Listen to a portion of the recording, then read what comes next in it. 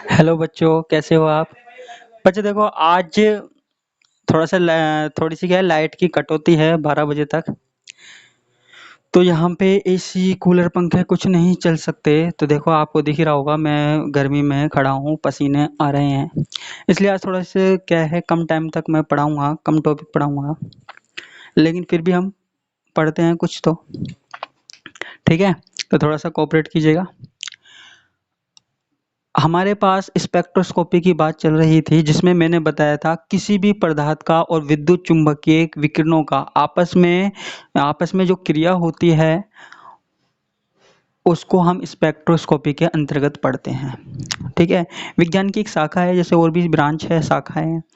अब आज हमारे पास जो टॉपिक है वो है विद्युत चुंबकीय स्पेक्ट्रम। ये क्या चीज होती है? अब देखो, जो हमारे पास विद्युत चुंबकीय विकिरण होती है ना, आपने सुना होगा एक्सरे, गामा रे, सुना है ना?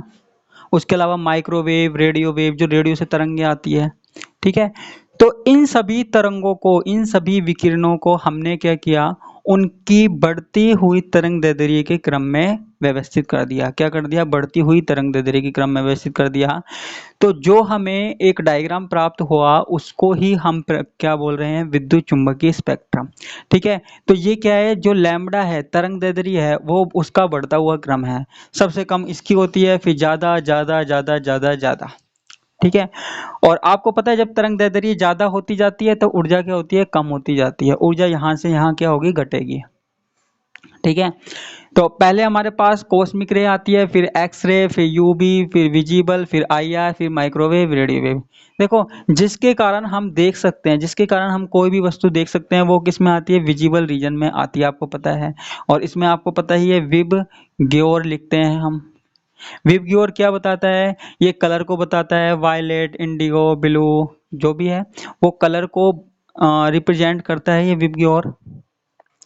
तो विद्युत चुंबकीय स्पेक्ट्रम की जब भी बात आएगी तो आप क्या बोलोगे? विद्युत चुंबकीय विकिरणों को हमने उनकी वेवलेंथ, तरंग दैर्ध्य के बढ़ते हुए क्रम में रख दिया।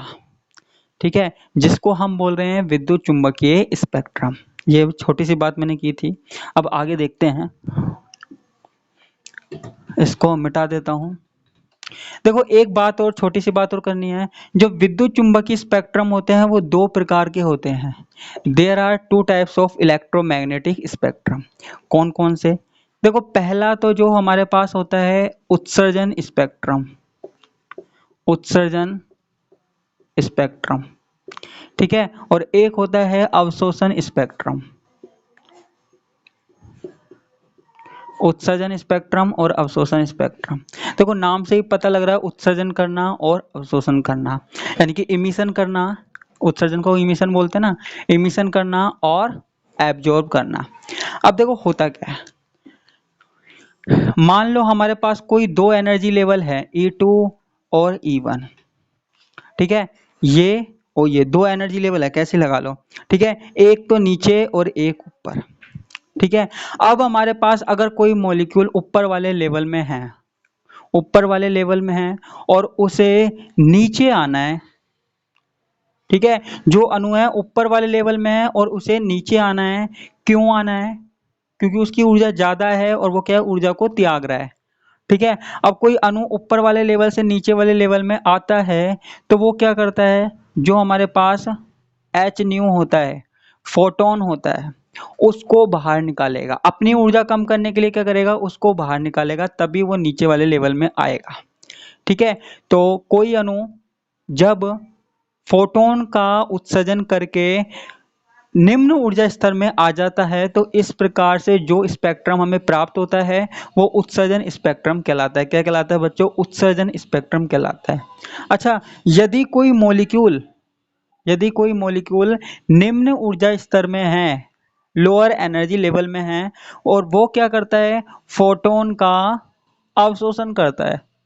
अगर उसे उच्च ऊर्जा स्तर में जाना है तो वो क्या करेगा? फोटोन का अवशोषण करेगा, और फोटोन का अवशोषण करके, एब्जॉर्प्शन करके हाई एनर्जी लेवल में चला जाएगा। जैसे यहाँ पे E1 से E2 में चला गया।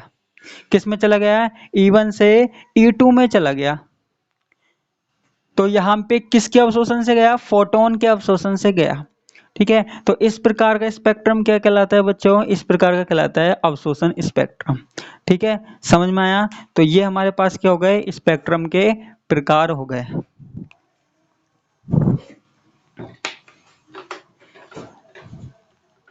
अब देखो आपके जो सिलेबस में है वो है वाइब्रेशनल स्पेक्ट्रम है, रमन स्पेक्ट्रम है, ठीक है, और भी 2-3 स्पेक्ट्रम हैं तो जिनकी हम बात करेंगे। देखो सब एक दूसरे से थोड़ा सा मिलते जुलते से हैं, रिलेटेड हैं, जिनमें हमें छोटी छोटी सी बात करनी है। एक दिन में हम एक स्पेक्ट्रम पढ़ेंगे और आगे की बात करेंगे।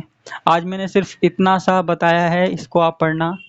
इससे आगे की बात आज मैं नहीं कर पाऊंगा क्योंकि एक तो लाइट नहीं आ रही है और पसीने में मेरा दिमाग नहीं चलता है, ठीक है, और पसीने मुझे वैसे ही आ रहे हैं, आप देख सकते हैं।